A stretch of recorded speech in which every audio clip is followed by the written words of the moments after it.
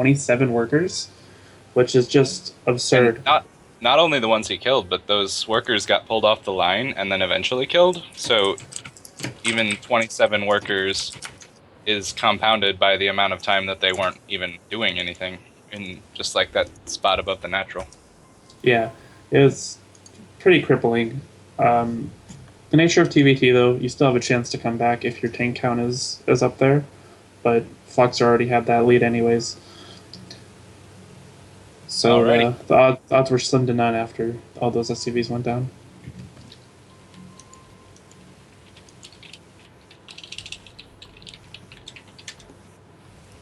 Alrighty. Our next series is going to be from Team Ascension's Creature and EdWinSTZ.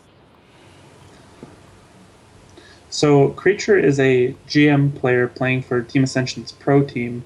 So I think he's pretty good at StarCraft. Edwin is Diamond, I Pretty safe believe. bet. Yeah. So still can see some interesting games. The first map is Catalina, which I know plays out pretty weird in PvZ. So we could see some weird timings out of Edwin.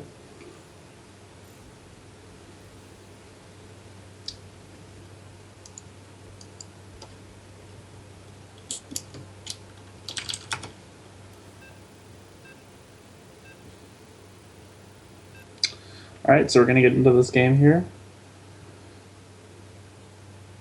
Catalina, the octopus map.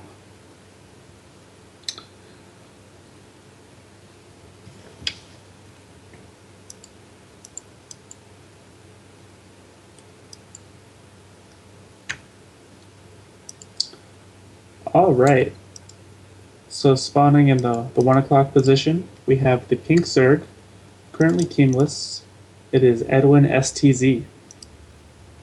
And spawning for Team Ascension Pro's Protoss down in the bottom right. I don't read clocks that often, but we'll call it 7:30. Creature. You are pretty bad at reading clocks. Yeah. All my clocks just tell me what time it is. There's no sundials or any of that bull.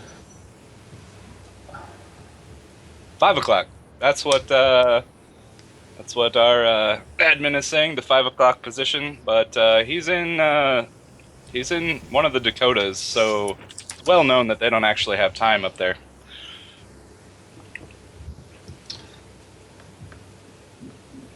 Anyway, so pretty standard openings from at least the Protoss. Zerg just still making drones. It'll be interesting to see if he goes for a proxy pool or a proxy hatch.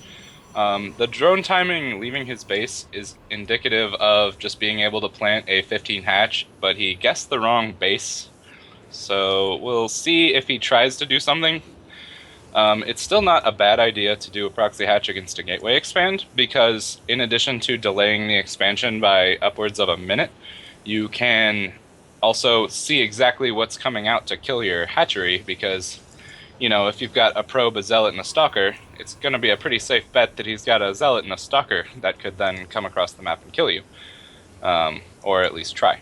So you get good scouting information and good delay, and if he just doesn't do anything, you get a proxy hatch with a queen and creep, and it gets really awkward for the Protoss player. And we see no proxy, just a pretty standard looking drone scout. He is being very cautious and watching the front of his natural, but he doesn't see most of the cannon spots, so I would like to see at least the second Overlord go out again. Oh, Just a that personal that choice, probe. though. The probe got surrounded by all of Edwin's drones in his main. He came to the wrong neighborhood. Oh no. He's wearing the wrong Um, colors. yeah, he looked at that drone funny, and that drone called in reinforcements. So we get the Nexus planted. It was Edwin's intention to plop down, or at least sit in the area where the Nexus should go for a while. But he was only able to delay it for maybe 5 seconds. Um, So, not the best, but we have to keep in mind that Edwin plays Zerg instead of Protoss, so doesn't get so much experience in trying to block hatcheries forever, as Protoss are wont to do. So now we see some Chrono used on the gateway, and it's tough to tell. We'll see here how much of what he puts down in his natural wall. This looks like it could be a 4-gate or 3-gate pressure, because after the 2 gateways, the probe is being sent out on the map. The 2 Zerglings will see it, and good reaction by Edwin to repath the Zerglings, because they would have just continued onto the base, but we do see the proxy probe. I feel that these queens are really late here for Edwin. They just popped now at almost 5:30. Then yes, they are late indeed.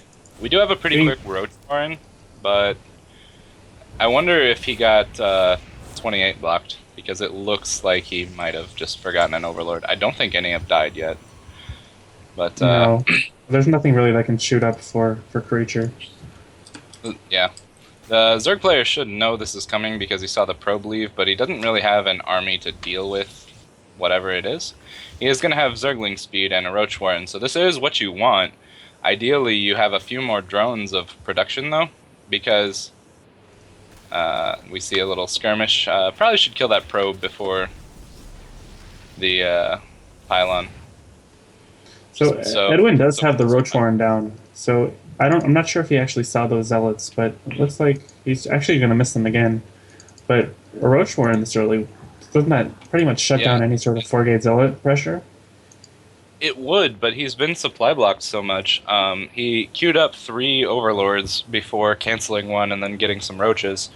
So it's kind of an awkward position. Like, he has what he needs to defend, and he's had it for long enough, but he got that awkward supply block, and that's probably going to end up being the difference here, because if he had 5 to 8 Roaches along with all these Speedlings, he'd be great. And he's going to try a counterattack, but Sentry's going to say no, along with the Zealot in the wall.